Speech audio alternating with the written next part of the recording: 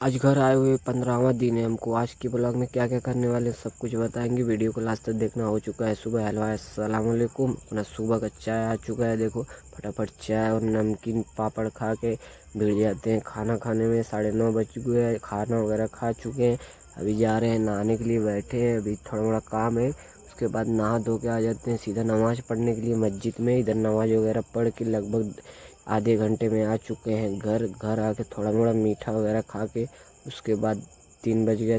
चाय वगैरह पी के फटाफट आ जाते हैं गांव में। थोड़ा उस कैप्चर कर लेते हैं सीन को। उसके बाद गाड़ी लेके आके फटाफट निकल जाते हैं। कहाँ जा रहे हैं वीडियो को लास्ट तक पता चल जाएगा। लगभग 1 घंटे बाद छोड़ के आ चुके हैं घर। अब खाना वगैरह खा के यहीं से ब्लॉग एंड करते हैं।